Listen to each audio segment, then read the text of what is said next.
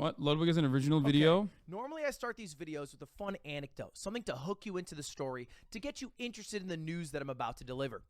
We're not doing that today. Today, I'm giving you a warning, and I hope you heed it very carefully. If you have crypto, do one of two things.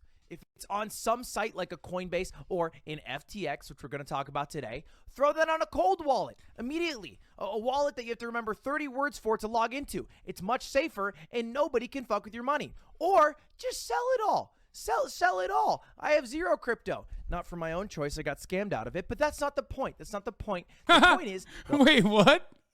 Wait, how did he get scammed out of his... Oh, God. He's ridiculous, dude.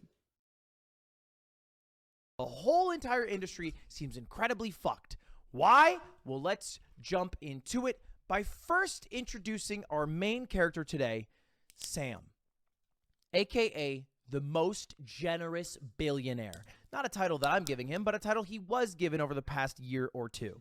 He is the founder of FTX and Alameda. Oh, the Vegas guy stole his... Oh, because he was gambling via crypto. Oh, okay. That makes sense. Research, which we'll get into in a little bit, but let's just start with Sam. Ever since Sam was a kid, he wanted to get rich. Really, really rich. Everybody else, same exact story. Cap! Not for the reasons you Self-report. But then again, I did have an affluent beginning, so I never had to think about it. think. I wanted to get rich not because probably I like why. money, but because I wanted to give that money to charity. Okay, sure. Wow, what a hero. And Sam did that. He became very, very rich, at one point being worth around $22 billion after founding a company called FTX that was one of the largest crypto exchanges in the world. You might have heard of FTX because they're sponsored by many, many, many celebrity ambassadors like Tom Brady, Steph Curry, Shaq, Naomi Osaka, a pretty big group to be a part of there. And not just celebrity endorsements, but they were also part of the namesake of TSM FTX. You might have heard of them from that, TSM FTX Leffen or whoever. And not only that, they were on the arena for the Miami Heat, and they called it FTX Arena. So a pretty big deal. Not much can go wrong in the world of FTX when they're really killing it, worth billions of dollars, and have such celebrity endorsements. Or so everybody thought. Until an article came out about a week ago from CoinDesk that said divisions in Sam Bankman-Fried's crypto empire blur on his trading titan Alameda's balance sheet, which is a confusing title if you don't understand any of those words, which I didn't, and I had to watch a lot of videos and read a lot of stories. But basically, Sam Bankman-Fried owns two entities. One is FTX, which is the trading crypto thing, and the second is Alameda Research, which is an investment group. Those are both the things he owns. And it seemed like Alameda, which had $14.6 billion of assets, had a little bit too much of FTT token. Now, bear with me here. Stick with me. It is pretty standard, for whatever reason, that some crypto exchanges sell FTT tokens or tokens for their own crypto. Like Binance has a Binance coin. Now, it's not stock. It's not stock. It's more like airline miles, as another YouTuber put it, where you can buy into those, stocks or not stocks and get out perks, like maybe lower trading fees, etc. But you don't own part of the company. It's a little bit weird, but it's a thing. It's a thing that they do. And a lot of the other company that Sam owned was buying up FTT token, the token of FTX. Okay, on the surface level, not that big of a deal, but it was kind of like a lot, like a little bit too much. Like over leveraged is the term people use. Like if you have $14 billion and $5 billion of the dollars are FTT token, well then what if FTT token crashes? You're kind of fucked. You're out of money. It's too much money in one thing. So that was a story that came out, somewhat innocuous. And then after that, one of the competing crypto exchanges, CZ, who is the founder of Binance, the largest crypto exchange in the world, decided he would sell all of his FTT token. He saw the story, and he's like, you know what? This makes me a little nervous. I'm going to sell all of my FTT token, which is like $580 million worth of token, which is a lot. Kind of weird to announce that you're selling a token normally. No, he dumped it. Like, he 100% destroyed his homie's company. Like, I mean, which deserved to be destroyed, obviously, because it was fraudulent. But also, like, he definitely, like, let's be real. That was, in the words of this right-wing YouTuber, a mogul move. You would just sell it, right? You don't have to announce it. Announcing it could create some problems. It could create some concern amongst other investors. And to squash out that concern, the CEO of Alameda offered to buy all of Binance's tokens at $22, which was like the average trading price, even a little bit above the average trading price. To which CZ said, no, I won't do that, smiley face. I'm going to stay in the free market. And how did that turn out? Well, as you would expect, if someone wants to sell a shit ton of their thing, other people are looking around being like, well, I might want to sell a shit ton of this thing. It's kind of like if you watch a TV show with someone and then they're on their phone the whole time, and then you're like, well, maybe this TV show sucks. And you start to feel insecure. Buyers are not too different. And so this is the date, November 7th, when they announced they were going to sell their FTT token, and it went from a price of $22 down to $15 at the lowest, ending the day at around $18, a little under $18. Pretty big hit for one day. Huge hit even. And the next day, we woke up to some news from Sam. Oh, no. TSM is covering up the FTX logo on their jerseys. Oh, no. This is his Twitter, which said, hey, things have come full circle, and FTX's first and last investors are the same. We've come to an agreement on a strategic transaction with Binance for FTX.com, which sounds really sweet. It sounds like a good thing happened. Good. It's not. Let's rephrase it with Binance's CZ's take. This afternoon, FTX asked for our help. There was a significant liquidity crunch. To protect users, we signed a non-binding letter of intent intending to acquire FTX. Basically, they got some troubles at home. They got some liquidity issues.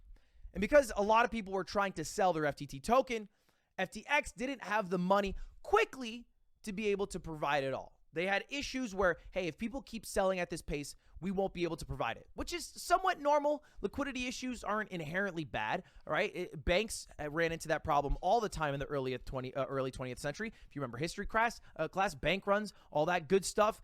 There was even times where billionaires like JP Morgan had to put up their own money just so people could pull out money. Because they had the cash, they just might have loaned it to somebody, right? It might be invested right now. I can't give you your cash right away because I'm investing it to make more money. It's kind of what banks do, which is why we have now FDIC, insured banks that will make up to $250,000 of your dollars for sure safe. They will for sure give you that money back.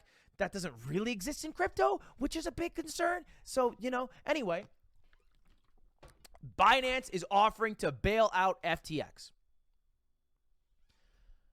for one day. They tried. Sad day, they tried. Basically, FTX doesn't have enough money to pay back all the people who want to sell all their crypto, and Binance was going to come in clutch to help them out. But after looking through their books, Binance was like, you know what? This shit fucking sucks. This shit not good. I don't want to buy this. Even if it's pennies on the dollar, it's not worth it. And we will probably remain the #1 crypto exchange, so it doesn't matter if they die out, even though all of crypto will probably take a huge hit from this. And what happens the day after that? FTX goes bankrupt. This is crazy. This is crazy how many things happen in such a short amount of days. They literally went fucking bankrupt. And that's not just FTX.com. It's also FTX US and a lot of the other groups around FTX. And how do we get here? How do we go from a liquidity crunch to bankruptcy? Well, it all comes down to a little bit of scheming. All right, you had to guess something was going on behind the scenes that wasn't exactly up to snuff. And you know what? Let's just read it in Sam's own words. Because he went on a podcast and he talked about basically how he's able to create a lot of value in something. And I'm not going to bore you with all the details. Feel free to go listen to the podcast or read through it like I did on Bloomberg. Basically, he said, if you have a box and a lot of people invest in the box, people think the box is really valuable. And then the box gets a big market cap, and you can say the box does whatever it wants, but the box is very valuable. And as long as people keep investing in it, then the box will always retain value. And the other person on the podcast, Matt. Like a scheme. Just how that works. Like a triangle or like a Ponzi, just a Ponzi shenanigan. The host of it said, hey, you just kind of explained that you're in the business of Ponzi scheming and that it's good.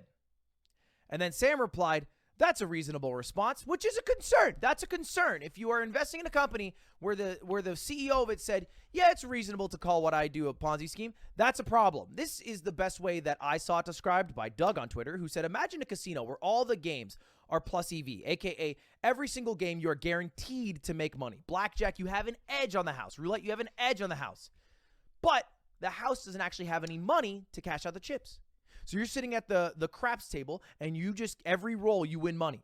But they couldn't actually cash out the money, but you keep winning. But you don't notice because you never decide to leave because it just keeps earning you money. Now, the way this worked in the actual world is that allegedly FTX and specifically Sam transferred funds from FTX. Get it twisted. Get it twisted. Always gamble. You will make money. You will make big returns on investment. It's a way of life. You will make friends and everyone will love you. Okay? Get it fucking twisted. Hold on. Where's my wallet?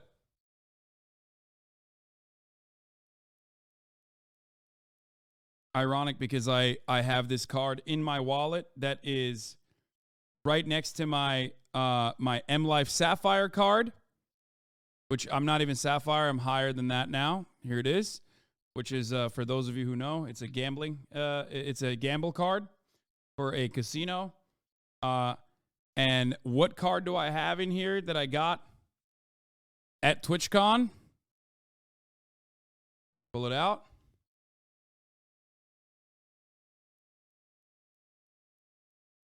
That's right. Carry this with me everywhere I go. Just to remind myself.